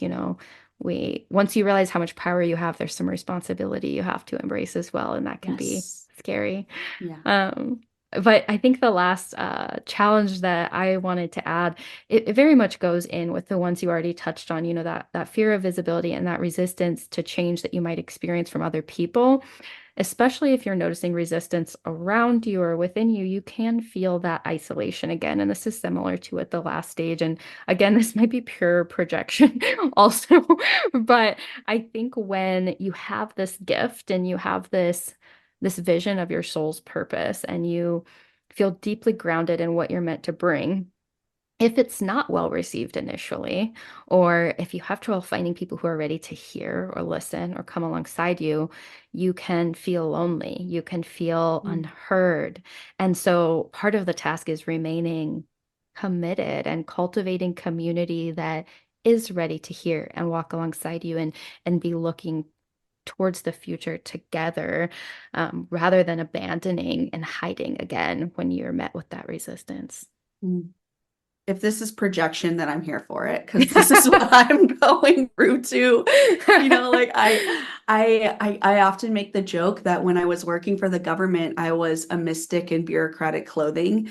And so I had to figure out how to take this spiritual wisdom that I was gaining and translate it into a place where first it wasn't threatening. Where it was removed of like dogma or righteousness, and also to where people could understand what I was trying to say. And I often got feedback that my language was not plain enough for the general public to really understand. And that's like my resistance right now is in that space of trying to find how do I stay true to my message, to my way of speaking my message so that it is still authentically mine, while also acknowledging that not everybody is willing or ready to hear or can't hear the way that I'm speaking it. And like, Mhm. how do I stay true to that? How do I adapt to that when the world around me doesn't seem ready, or at least in the way that I want it to be? Like, so there's a lot of like internal resistance and tension happening with that isolation, and old temptations to change the way that I'm doing things in order for people to understand me, and that tension of authenticity versus belonging. And it's Mhm. if this is projection, then I am here projecting with you. So that's very validating. Maybe this Yeah. is truly part of the journey for for us because it is challenging to exist in a world that isn't always in a place of receptivity towards what Yeah. you feel so passionate about and so called to. And I do think we're seeing shifts and more people are ready to hear things, but there's also like an art of translation, I think, that we have Hmm. to learn with bringing these messages back and bringing these gifts back in a way people are ready to receive them without abandoning that authenticity, without sacrificing ourselves along the way, without making it, another tool that's used by these, power over hierarchies, right? Like Yeah. it's an intricate dance. And I do think the shift is happening. I had someone ask me recently if I thought it was happening, and I was like, hell yeah, I do. I mean, when I first started working for the government it was almost 10 years ago, I was trying to get a mindfulness program started, and I got so much resistance. And then eventually in 2020, they allowed me to start a mindfulness program, but I couldn't call it meditation because meditation had a stigma. Mhm. But, I just in those what 6 years, I saw a shift happen where mindfulness was more readily accepted. And now mindfulness is everywhere. Yep. Meditation is everywhere. People know that this is like, there's proven benefits to it. And that's just part of like normal conversation now. So, yeah, I think the shift is happening. I see it happening, and I'm so glad that it's happening. That's such a beautiful way to think about even this like feminine masculine integration at like a larger scale. I think like science and evidence and Yeah. proof is beginning to be utilized to support some of this deep Yeah. spiritual work and practices. And it's being used to I don't want to say to validate, but for our rational, logical minds, a lot of us needed something Hmm. beyond the lived experience, beyond the qualitative, to give permission to bring this into other spaces. And now Yeah. that that is there, it's this partnership happening where we can see the benefits, we can prove the benefits, and we can live the practice and experience them, Mhm. at an individual and collective level. So. Yeah, research is confirming what our souls already know to be true. And Yeah. that's just the world that we're living in right now with this duality of mind body and the overvaluing of rationality and undervaluing of intuition. Like this is the context that we're living and leading in right now. This is a part of the whole. And whether or not we like that, science has to quote unquote put a stamp of approval on some of these things. It is the world that we're living in right now, and at Yes. least science is doing it. You know? Yes, right. We shouldn't have to do it, but Yeah. we're there and we're doing it. Yeah. So I'm grateful for that. Yes. Yeah. Yeah. So then, oh, go ahead. Oh, I was actually just going to pass it to you to dive into the Oh, developmental task of this. So I think you were probably on the same wavelength as I I was. was. Yeah. So the task is about sharing your journey and your insights and inspiring them and empowering them to embark on their own paths of growth and transformation. And when we talk about embracing your role as a leader or a catalyst for positive change in the world, this doesn't mean that you need to be on a stage with a microphone doing a TED Talk. Like maybe that's your thing, but leadership can be quiet. It can be subtle. It could be if we're thinking about circular leadership as a way of living, leadership exists within the ranks as well as at the top of the organizational chart. And so just making the declaration that you're going to share your journey and encourage others and support others to go on their own journeys is embracing the role as a leader. And that's part of the developmental task for this part. Anything you want to Yes. add to that? Just echoing that, yeah, leadership looks so many different ways and it is quiet and it's that self-leadership, it's that internal leadership. It's the internally guided leader within each of us. Like we have this power to move our lives and our healing forward and to be a model for others in whatever our unique flavor and texture is. And it's not meant to all look the same or be one model. Like it's this tapestry that the world needs of everyone co-arising as leaders with really unique gifts and really unique modalities and voices. Like we need all of it and we need to see it and hear it all so that we can rise with each other.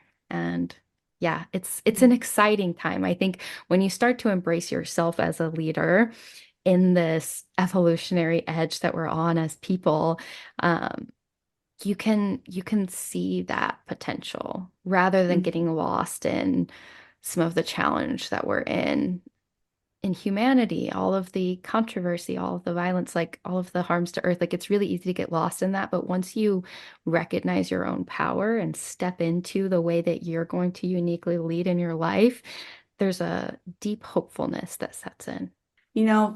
Frederick Buechner has that quote that your calling is the place where your deepest gladness and the world's deep hunger meet. And I Mhm. think that's like the quintessential quality of this stage is when you look out into the world and you see what the world is hungry for and what you love to do, and you do that, you're being a leader. So whether the things that you're creating are, works of art or music or delicious food or a loving family or organizational alignment, whatever it is, when you're embodying your deepest gladness and contributing, serving the world's hunger, you're leading. And you get to have a vision then for what you want more of in the world, the vision for a more beautiful, just, flourishing world. And you get to participate in creating that, making that happen, collaborating with other people to make it happen. And this is where, we were talking when talking about tools and practices, this is where service and activism comes in. That this is also a transmutation practice of taking that longing that you see out in the world and turning it into outcomes and activism and activities that align with your values and your mission and contributing to causes that are bigger than yourself and foster that sense of purpose and fulfillment within yourself and serve all beings in the planet. And I personally have not found a more healing balm to the pain that I see in the world than through service and leadership and activism. And from this place, above the line activism Mm. is what I have found to be incredibly healing when it comes to meeting the world's grief.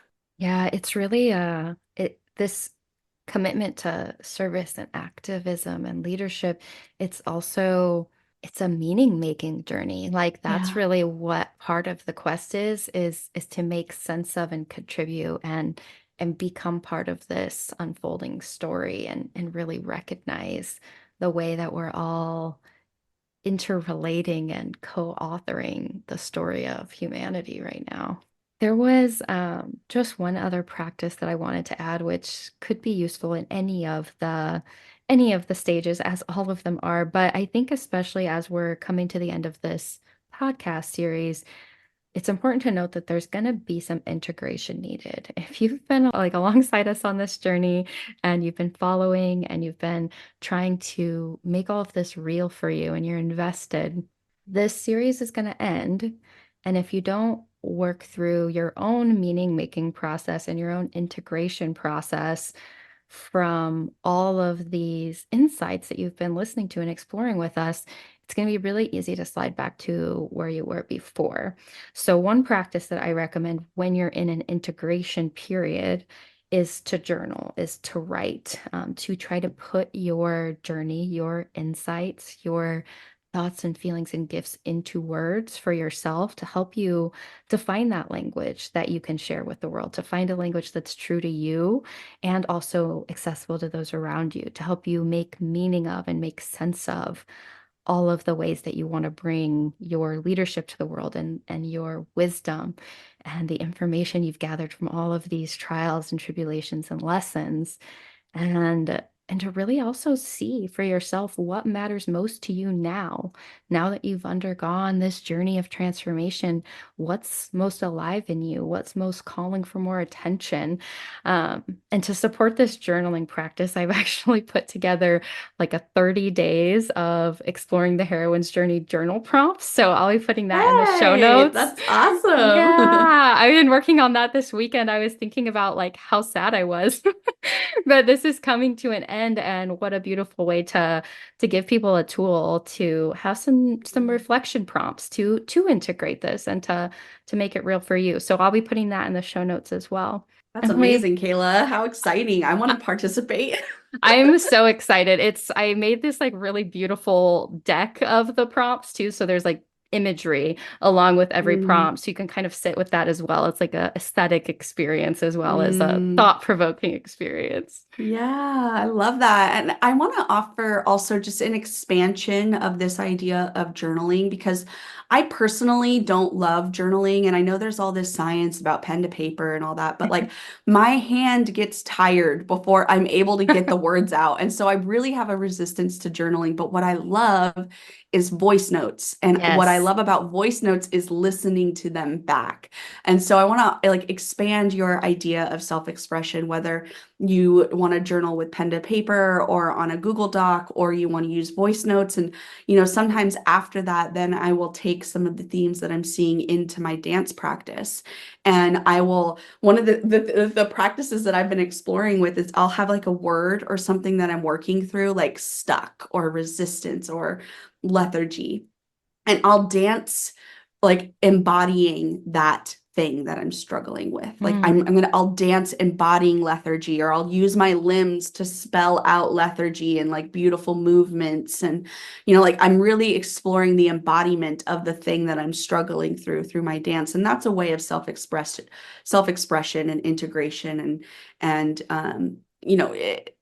consolidation, I guess, is another word that I Yes. want to use for that. So the self-reflective practice is so important for integration, and it can be so much more than journaling too. Yes, thank you for bringing that up too, because I'm a very word-oriented person, and so I know some of us relate to that writing process, but yeah, vocal journaling, Yes. voice notes, that's a thing. And also these prompts or anything that you're using to self-reflect, they could be in any creative expression. Like they could be prompts for a piece of art, they could be Yeah. prompts for a poem, they could be prompts for a dance. Like use them as reflection prompts. I might even actually change it. to reflection prompts, and then you can be encouraged to engage in those prompts however feels good for you, because not everyone is as called to the written word as I am. And you are so gifted in it. Oh, thank you. Yeah. Is there anything else you want to add as far as like this stage or any of the things we've talked about today? Any final thoughts as we wrap up this series? As I'm sitting here in this ending beginning, I'm noticing emotion and tenderness and movement inside of me. And we were checking in before the show note or before we pressed record, and I was sharing just a bit about like the work that I'm in right now and how stuck I feel, and I'm feeling in this moment reconnected to the process, reconnected to the vision, reconnected to my faith in the maturation process that I'm in while embarking on this heroine's journey. I'm reconnected to the archetype of wholeness that I know this is a part of. And so for me, just this process of being able to engage in this with you is medicinal and is supporting me through my own work in this. And so I'm assuming I'm intellectualizing these emotions inside of me, but it feels a lot like gratitude and relief. Mm. And so I just want to acknowledge that gratitude and relief that's welling up inside of me, and to express that to you, Kayla, for being a part of this journey with me for the last several years that we've been on this together, and for participating in this with me, and inviting me into your podcast so that we can explore it together. You're gonna make me cry, Emily. I'm like, I have tears in my eyes now. Yeah, it's been all of that to me as well. Like Yeah. the healing is always happening, but there's something powerful that happens, especially in my conversations with you and some of my other soul sisters that really are alongside me in this. Like when you have these conversations and you don't have to share them on a platform, but I think there's another layer of medicine knowing that we get to offer these moments that we've shared together in our own processes with others. It's been deeply healing and energizing, and Mm. oh God, just such an honor. And I'm so grateful to you for being willing to come on and do this with me and continue to do this and agree to keep coming on and doing other episodes with me, because I love sharing your perspective and your journey and our shared journey and what we've been able to see each other through. I think there's something really special that we're co-creating right now, and I love that we've both been able to lean into it for this and be able to gift it to others, to everyone that's listening. It's been such a beautiful thing. Mm. Absolutely. Thank you. Okay, well, I think the last thing I'll share is just one more quote, because as we wrap up this beautiful series and this ending beginning, there is a very brief line from the book on page 193 that it's just a good reminder of why we're doing this work and how to do this work. And it's simply that the task of today's heroine is to mine the silver and gold within herself. Mm. It feels both incredibly simple and incredibly challenging. I actually welled up with emotion just reading that. Yeah, Um, me you know, too. we're on this journey together, and find your sisters and your community and your people, and don't feel like you need to do this work in isolation. We're going to be sharing in the show notes an abundance of links and resources and reference points for you to really expand and continue your journey in this. We want this to be a beginning for you and something that you can continue to find medicine from for a long time to come. And yeah, it's been an honor. Thank you all for joining us. I hope you find something from today that you can bring to life in your world to make this real for you, and yeah, to help you become the heroine of your life, the heroine the world needs. Thank you. All right, my friends, take care of yourselves until next time. Bye. Bye.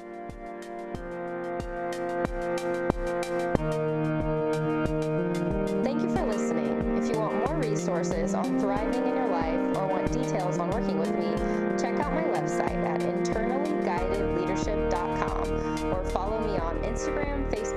TikTok at internally guided coach. Be gentle with yourselves out there, and I'll talk to you next time.